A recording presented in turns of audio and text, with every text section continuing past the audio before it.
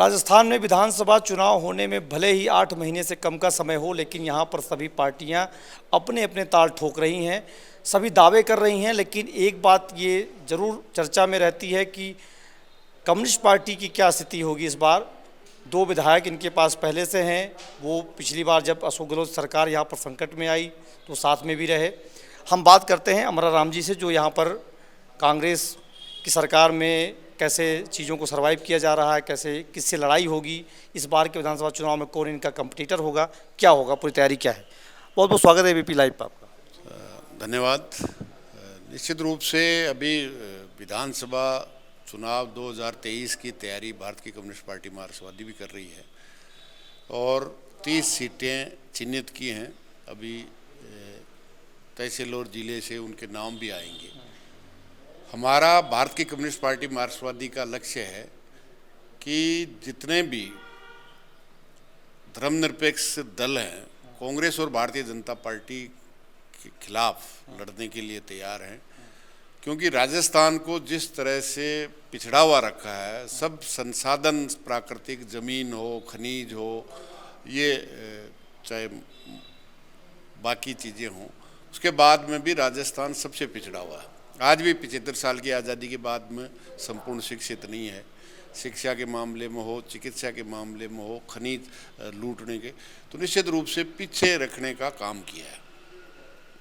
इसलिए उन तमाम धर्मनिरपेक्ष दलों को जो लड़ने के लिए तैयार हैं, उन सबको इकट्ठा करने का काम करेंगे। अभी 5 दल, कम्युनिस्ट पार्टी मार्क्सवादी, कम्युनिस्ट पार्टी, भारतीय कम्युनिस्ट पार्टी, माले, जनता दल, धर्मनिरपेक्ष और समाजवादी पार्टी, ये अभी 5 का लोकतांत्रिक मोर्चा है। और बाकी जो दल हैं, निश्चित रूप से उनसे भी मार्क्सवादी कम्युनिस्ट पार्टी की कोशिश रहेगी कि इन उदारीकरण, निजीकरण और वैश्वीकरण और सांप्रदायिकता की आग के खिलाफ लड़ने के लिए तैयार हैं, उन सबको लेकर के चुनाव लड़ेंगे। समाजवादी पार्टी के साथ आप कह रहे हैं कि जो एक आपका मोर्चा बना हुआ है, उसके साथ आपकी तैयारी है। 20 मई को अखिलेश यादव भी राजस्थान में आ रहे हैं, चर्चा है, तो क्या कोई मुलाकात होगी या कोई एक चुनावी रणनीति बनेगी? जिस तरीके से राष्ट्रीय फलक पर आप देखें तो तमाम दल एक हो रहे हैं। ममता बनर्जी की मुलाकात नीतीश कुमार से हो रही है। कहा जा रहा है कि एक बड़ा मोर्चा बनाया जा रहा है, थर्ड फ्रंट की तरह तैयारी की जा रही है। ऐसी ही क्या कोई एक तैयारी राजस्थान में भी हम लोग को देखने को मिलेगा इस चुनाव में? बिल्कुल यही कोशिश है। और ये 5 दल तो पिछले चुनाव में भी हम एकजुट थे, चाहे उन 5 में से 2 हमारे ही जीते हों, लेकिन वो न केवल चुनाव लड़ते हैं बल्कि जनता की समस्याओं के लिए भी ये दल मिल कर के लड़ते हैं। तो अब हम चाहते हैं कि जनता की समस्याओं को इस प्रदेश में लड़ने वाली कोई ताकत है तो केवल भारतीय कम्युनिस्ट पार्टी मार्क्सवादी और उसके जनसंगठन है। चाहे वो कांग्रेस की सरकार की जन विरोधी नीतियों के खिलाफ लड़ने का सवाल हो, चाहे भारतीय जनता पार्टी के। आप देखिए, राजस्थान का किसान जो बिजली से सींचता है, उसको 16,000 करोड़ रुपया हर साल सब्सिडी के रूप में कोई दिलाने वाला है, तो ये लाल झंडा है। राजस्थान में संघर्ष के माध्यम से 2018 से पहले सीपीएम का उस टर्म में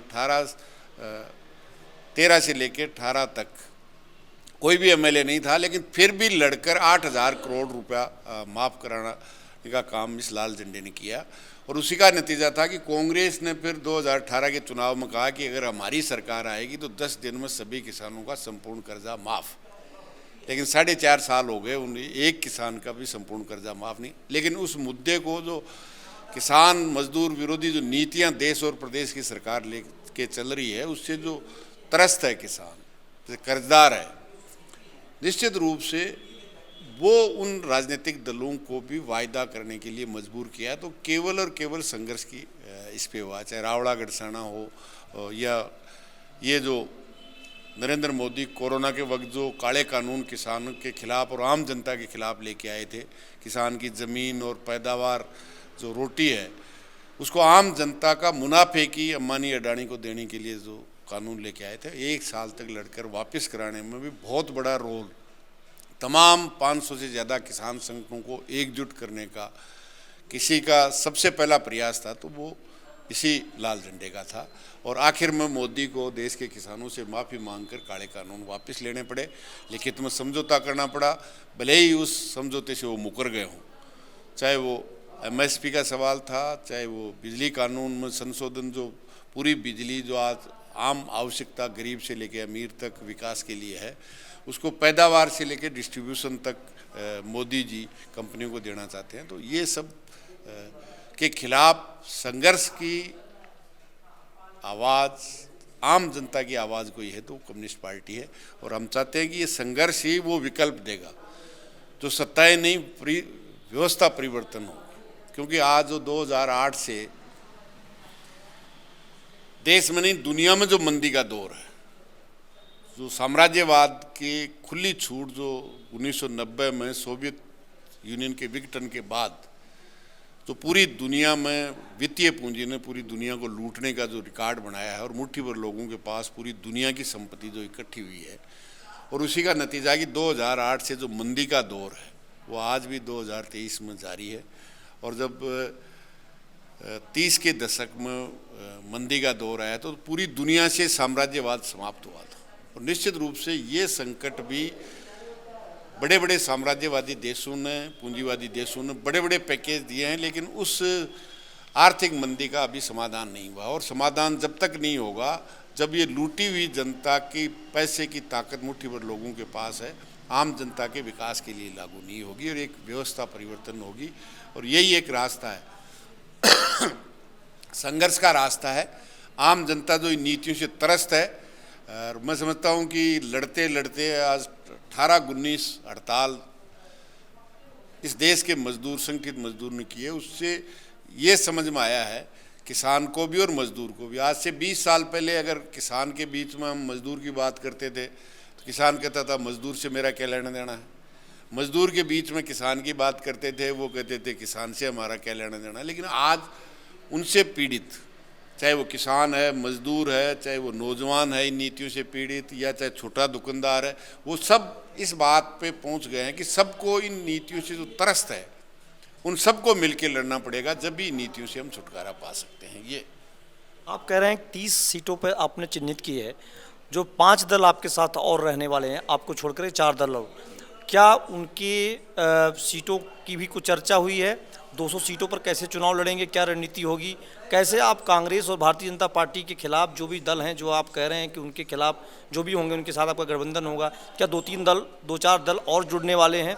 क्या प्लानिंग है चुनाव की? भाई हमारा कोशिश रहेगी भारत की कम्युनिस्ट पार्टी मार्क्सवादी की, जैसे आरएलपी है, ये जो डूंगरपुर से आदिवासी बीटीपी है, ये भी उसमें आम आदमी पार्टी या जो चंद्रशेखर की पार्टी, अभी रावण चंद्रशेखर की पार्टी ने भी किया है, जो जनता की समस्याओं के लिए लड़ते हैं, चाहे वो आदिवासी हो, चाहे वो दलित हो, चाहे किसान हो, उनकी समस्याओं के जो भी लड़ने वाली राजनीतिक दल हैं, ये 3-4 मैंने बताया, उनसे भी हमारी कोशिश होगी सब एक जगह बैठे, पहले सहमति बने, उसके बाद में सीटों की बात तो बाद में आएगी। वो अपनी अपनी पार्टियां अपनी अपनी सीटें चिन्हित करेगी, लेकिन जब सहमति सब हो जाएगी तो फिर सीट एडजस्टमेंट भी हो जाएगी। एक तरफ किसानों का आप कह रहे हैं कि कर्जा माफ़ी नहीं हो पाया, आप उसके लिए आंदोलन कर रहे हैं, तैयारी है कांग्रेस को घेरने की।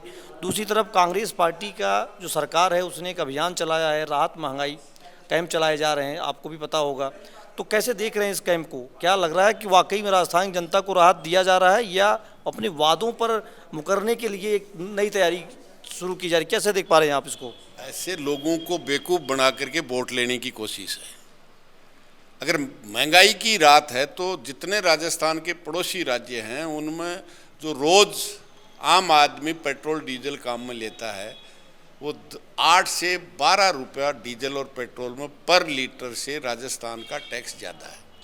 ठीक है, केंद्र की सरकार पेट्रोल डीजल रसोई गैस में लूट रही है, इसमें कोई दो राय नहीं है, लेकिन राजस्थान भी तो लूट रहा है। अगर महंगाई से रात की कैंप की बात कर रहे हैं तो सबसे पहले जो पड़ोसी राज्यों से राजस्थान की सरकार का पेट्रोल डीजल पे टैक्स 8 रुपये से 12 रुपया ज़्यादा है, वो सबसे पहले वो लेते। चुनावी वायदे का सवाल है तो जहाँ तक सबसे बड़ा वायदा था सभी किसानों का संपूर्ण कर्जा माफ़, वो नहीं है। 100 यूनिट हम फ्री देंगे। तो आपने 4.5 साल तक, जब अगर आप जनता के प्रति इतने ही उत्तरदायी थे तो 2018 में करते ना। लूट कितनी बड़ी लूट है, आज ₹2.25 में बिजली बनती है और जितने राजस्थान को जरूरत है उससे ज़्यादा केवल सौर ऊर्जा से बन रही है। वो राजस्थान की ज़मीन पे बनी है। ₹2.25 वाली बिजली 1 यूनिट को 8 और 12 रुपये यूनिट में बेच रहे हो। कितना आप लूट रहे हो। मैं तो कह रहा हूँ 20 साल में 2000 से लेकर 2023 तक जो भी कांग्रेस और भारतीय जनता पार्टी के बिजली मंत्री रहे हैं, अगर सही से जांच हो तो सबके सब जेल में हो। मतलब ₹2.5 की बिजली को आप 12 रुपये में बेच करके भी घाटा है, और अब आप 100 यूनिट महीने की फ्री दे करके वोट लेना चाहते हैं। क्या हालत, क्या है। आप 3 दिन हो गए आज कैंप में। लोग पहले मोदी जी ये कार्ड वो कार्ड, कभी आधार कार्ड और कभी वो कार्ड बनाने हैं। अब जहाँ तक गरीब को महंगाई, 400 वाला सिलेंडर 1100 से पार कर रहा है। निश्चित रूप से गरीब को दिया जाना चाहिए, लेकिन आम गरीब केवल वही नहीं है जो उजाला में दिया था। उज्ज्वला बाकी भी तो उजाला, बाकी भी तो गरीब है, उसको क्यों नहीं दे रहे। और आज ही क्यों दे रहे हैं, आज अभी कार्ड बनने के बाद ही क्यों दे रहे। 4 साल नहीं दिखा उनको, महंगी बिजली उनको पहले नहीं दिखाई दी। मतलब चुनाव के आखिरी 6 महीने में भी 4 महीने बचेंगे। अगर जनता के प्रति इतने ही ये थे तो 2018 में लागू करते ना, 19 जनवरी से लागू करते। लेकिन केवल इनके नाम से वोट लेना, और वो खेत बेच के नहीं देगा गहलोत, इसी खजाने पे।